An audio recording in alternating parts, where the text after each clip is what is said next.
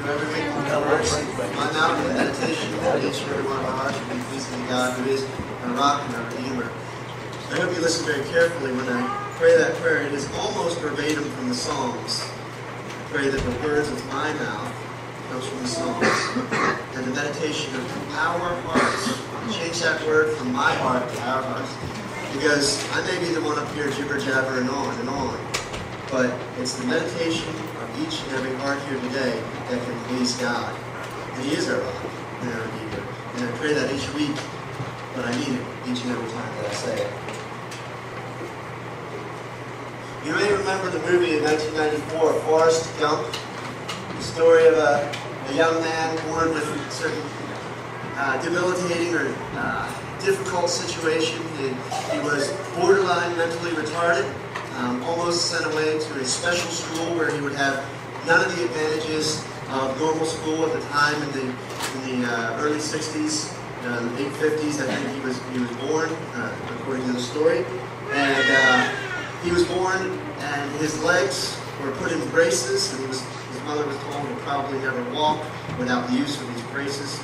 The story goes on to tell how the young man overcame various obstacles and how fate, providence, or coincidence, whatever you want to call it according to the movie, brought him into situations where again and again he was fortunate and overcame and didn't yield to the challenges. Being able to run because of those braces, being able to run from the bullies, taught him a skill that he would use in his military time and used to save the lives of many of his fellow soldiers and earned him the highest military honor, the Congressional Medal of Honor. He used it in college to play football, and as long as they got him running the right direction, he was fine. And then they tried to get him to stop after the end zone, and sometimes that didn't work really well, and he'd run right out of the stadium and keep on going. So the story of this young man struggling to overcome these difficulties in the face of all the things that's going on in culture. His mother taught him, as a boy, the other children would tease him and call him stupid because of his mental situation. And his mother would say to him, "Forrest, stupid is as stupid does." And I heard him say that, Tom Hanks, as he was playing this character, I heard him say that, and I said, what in the world does that mean? And I didn't think about it. Stupid is as stupid does.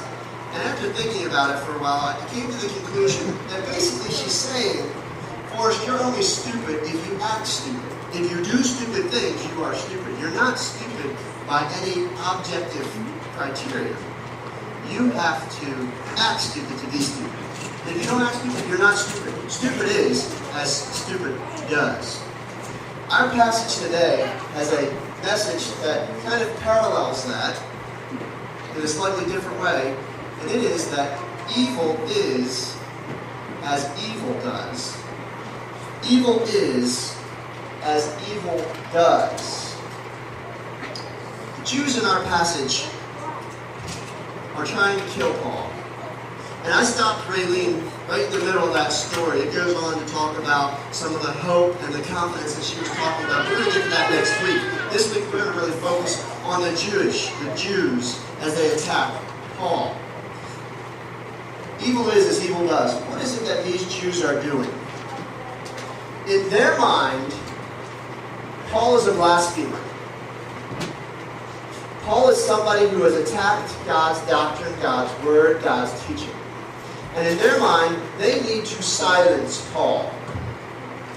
They need to close his mouth because he's speaking against God, because he's hurting God. So in their mind, they have a noble end, a noble goal, a righteous direction that they are pushing for, that they are trying to accomplish. In their mind, what they are doing is right. I took the time to read over all of Acts to look at the progression of the Jewish persecution of Paul, and also by extension of Peter and James earlier on in the Gospel. And it is amazing. I counted at least 25 different situations or different means by which the Jews are trying to persecute Paul, or trying to keep his mouth shut, or trying to stop the spread of his message. 25 different ways that they try to get him to be quiet. Because this is how committed they are. This is how righteous they believe that they are being. Everything from persecution, from speaking badly about, from agitating, from stirring up riot, from getting crowds upset, to lynching, to attempting to stone. But today's passage brings us to an all new level of depravity. They have sunk lower than low. Right? The Garth Brooks song, I Got Friends in Low Places. Right? Some people are trying to transform me into Garth Brooks with the microphone and everything. The Jews are those friends in low places. They are acting terribly, immorally. How do we know this? We've already said they're trying to do something that's right. Wouldn't you agree that somebody who's teaching something that is false, that is antagonistic to God's Word, the Bible, that's teaching something that goes directly against it, wouldn't you agree that we as Christians should oppose that and try to stop them? This is what the Jews are doing.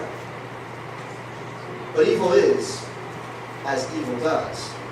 Look at their methods. Look at their methods. As you read through Acts, you see the methods getting worse and worse and worse. And we come to today's passage, and what do we see? We see conspiracy to murder.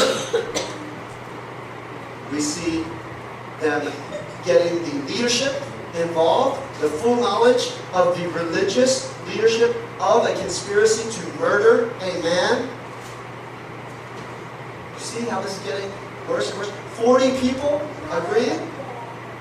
When the church was vandalized, when this church was vandalized a couple of years ago, and the police came out and were doing their investigation, they were looking for fingerprints, and they really hadn't found much. And I asked the cop, I said, what's the chances that you're going to find the people that did this? I mean, realistically. He said, not a great chance. He said, really, what they have to do is they have to talk about it so that other people know what's happened, and then that has to kind of come around to us. 3 people were involved, and there was enough talk to get that spread around enough for the police to find those 3 young men and convict them and punish them. We have 40 people conspiring to murder, going to the leadership of the Jews. And we've already talked about the high court there, 71 people on the Sanhedrin. So we've got no less than 111 people talking about murder. They're not really trying very hard to conceal this. Their evil is open. They're not worried about it because they think everybody understands that what they're doing is good.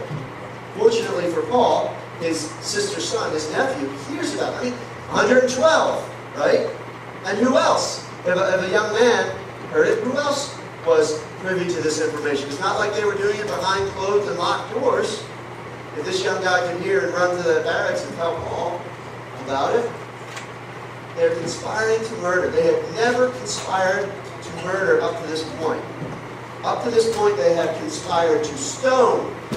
But that's different. Stoning is an act of judgment.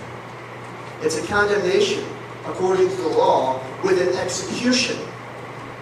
What we're talking about today is guys are going to hide along the sides of the street with masks and daggers and jump this guy in the middle of the street and leave him for dead, and then they're going to run off into the woods and hide. We're talking about blood, lust, murder. Not talking about anything here. So evil is as evil does. We can tell that the Jews have sunk to the lowest levels of depravity as of yet in Acts because of the evil of their actions. But we have to ask ourselves a question. Do we ever employ this same logic in our lives? Do we ever have a goal that we want to achieve, and the means that we get there, or the means that we're tempted to go, would be less than noble, less than righteous, less than upright?